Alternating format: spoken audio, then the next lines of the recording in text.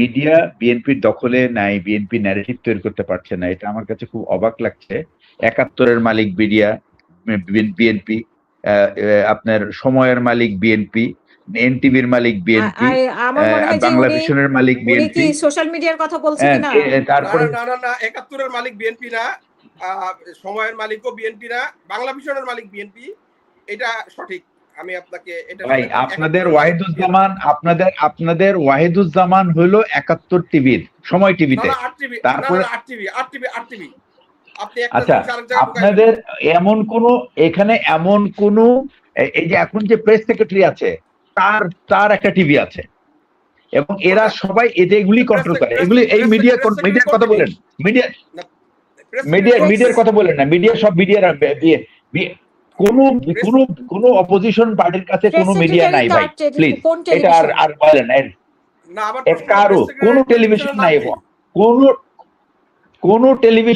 কোন টেলিভিশন কোন অপোজিশন পার্টির কাছে নাই, না এনসিপির কাছে, না জামাতের কাছে, তাদের কাছে কোনো টেলিভিশন নাই।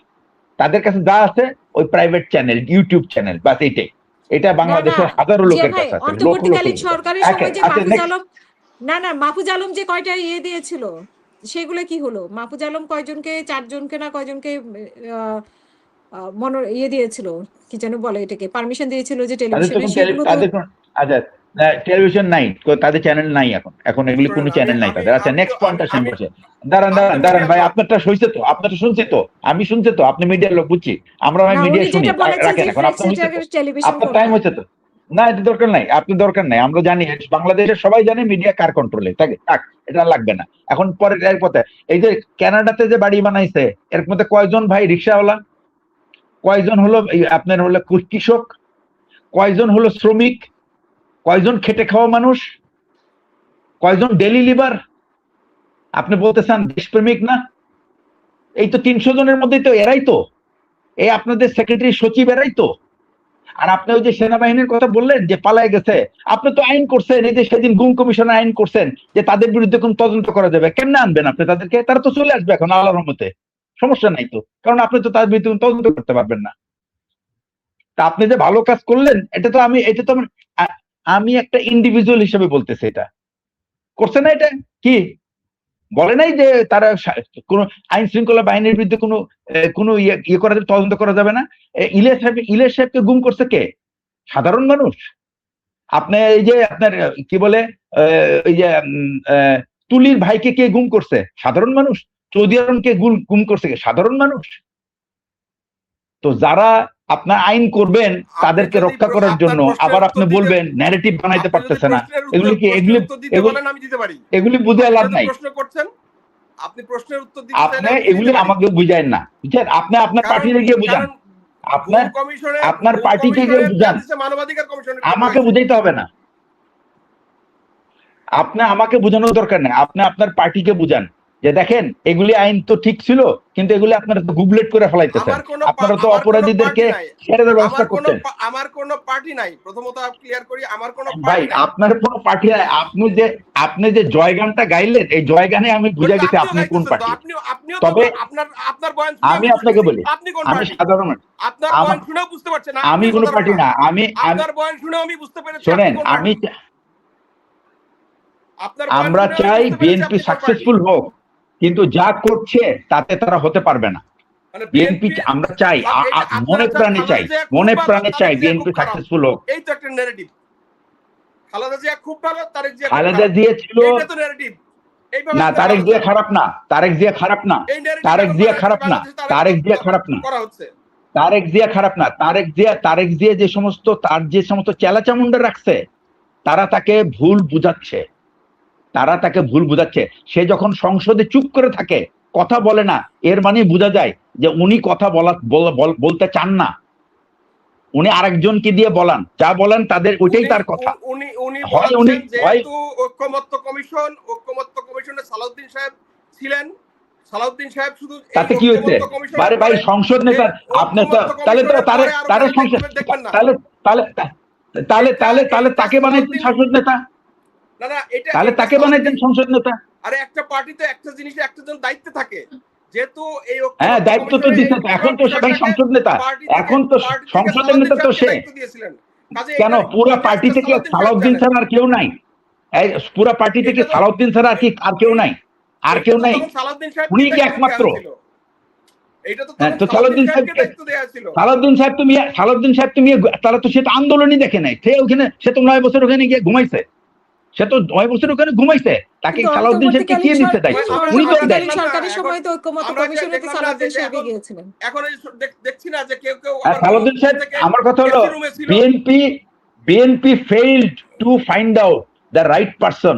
যারা নাকি শত শত মামলা খেয়ে রাস্তায় যারা গড়াগড়ি করছে, যারা নিপীড়িত হয়েছে, তাদের কাউকে তারা এই কমিশনে পাঠায় নাই, বিকজ তারা সত্যিকার অর্থে মানুষের কথা তুলে ধরতো। আর এই comfort loving man, he was on the other side, এবং ওইখান থেকে উনি এসে এখানে ভালো ভালো কথা, উনি তো কিছু দেখে নাই। উনি এই আন্দোলনে কি দেখছে? আমরা তো দেখছি এখানে উনি কি দেখছে। আপনি নিজের বিবেককে জিজ্ঞেস করেন, is he the right representative? আপনি নিজের বিবেককে জিজ্ঞেস করেন, আর কাছে দেওয়ার দরকার নেই। আমি আমার বিবেক থেকে বলি, এই জুলাই আন্দোলনে যারা জড়িত ছিল, আপনার এই নাহিদরাও বলেছে, এই তারপরে তারেক, তারপরে এই যে নূর, এরা সবাই বলেছে যে পুরো আন্দোলনের একটা বড় অংশ সালাউদ্দিন সাহেব কোঅর্ডিনেট করেছে, এবং তারা নিয়মিত সালাউদ্দিন সাহেব ইন্ডিয়া থেকে না, আমাদের সালাউদ্দিন সাহেবের কথা বলেনি, তারেক রহমানের কথা বলেছে। তারেক রহমানের কথা বলেছে, সালাউদ্দিন সাহেবের কথা বলেছে, তারেক রহমানের কথা বলেছে, সালাউদ্দিন সাহেব কথা বলেছে। এই প্রথম শুনলাম। হ্যাঁ, এটা আপনি আর চেক করেন। আমি তো মানে অন রেকর্ড বলছি, আর লাগবে না, আপনি রেকর্ড চেক করেন, অসুবিধা নেই। আমরা তো নাইট রাইডের সাথে কথা বলছি, জানি। আমি চেক করে বলছি। ঠিক আছে, আর শুনেন, আমি বলি আপনি আমার দরকার নাই, আমরা এখানে 4 জন মাত্র, ঠিক আছে? We are only 4। আমাদের ওপিনিয়ন হার্ডলি ম্যাটার্স।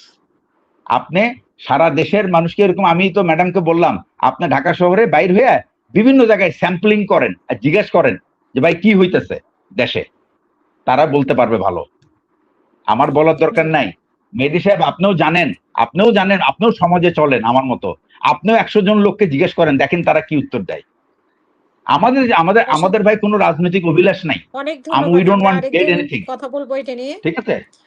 জি, অসংখ্য ধন্যবাদ। তো আইন শোনেন, আমি শুধু একটা কথা বলি, শোনেন, এত কথা দরকার নাই। আমি একটা কথা বলি, আমি একজন ইন্ডিভিজুয়াল হিসেবে যখন আমি দেখি আমাকে হাজার হাজার লোক আমাকে গালমন্দ করছে, তাহলে আমি তখন আমার নিজের দিকে তাকানো উচিত যে ভাই আমি কি ভুল করতেছি, কেন মানুষ এরকম বলছে। এইটা একটা চাইনিজ প্রভাব আছে, self criticism is the best criticism. তো সেলফ ক্রিটিসিজম, আমি অন্য কাউকে ক্রিটিসিজম করতে চাই না, আমি আমার নিজেকে ক্রিটিসিজম করতে চাই। ভুল করলে আমি আগে নিজেকে জিজ্ঞেস করি যে আমার কি ভুল হয়েছে, কেন আমি এরকম করছি। এটা আমি আমার একটা বসের কাছ থেকে শিখছি, যে সুনাম করার দরকার নাই, মাইনাস পয়েন্ট গুলি বলেন, we will look into that.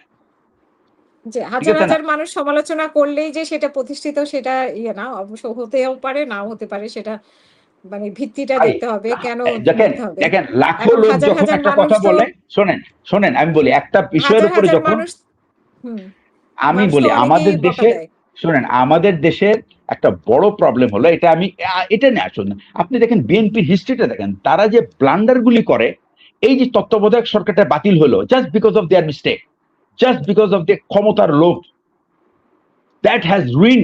এবং এইটার কারণে বিএনপি 17টা বছর সাফার করলো। শোনেন, ওনার বয়স কত জানেন? আমি 43 বছর ধরে বিএনপি কে ফলো করি, 43 বছর। My heart was sold to that party, but এখন my heart is totally bleeds every day. কিন্তু যে সরকার যে বলছেন শুধু বিএনপি, আরে ভাই রাখেন, যে সরকার এটা করেছিল সাথে জামাতও ছিল, সেই সরকারের জামাতও ছিল। আবার আপনি একটা ফালতু কথা আনেন, আপনি ফালতু, ওয়াই ব্রিং জামাতকে কেন আনবেন? You do your job, you do your job. আপনি আরে ভাই সরকার চাপাচ্ছেন কেন? ওই সরকারের জামাতও ছিল, বিএনপি একা করে নাই, বিএনপি মিলে করছে, বিএনপি এবং জামাত মিলে করছে। ওই পার্লামেন্টেও জামাত ছিল, তারাও এটা ভোট দিছে। কাজেই বিএনপি এবং জামাত মিলে পার্লামেন্টে ভোট দিছে, ভালো কথা, কিন্তু BNP was the main party. You have to understand that. BNP main party, sure. আপনার দোষ ঢাকার জন্য আরেকজনকে আপনি ডেকে আনেন কেন? না কেন, তারা তো বলতে পারতো আমরা এটার সাথে একমত না।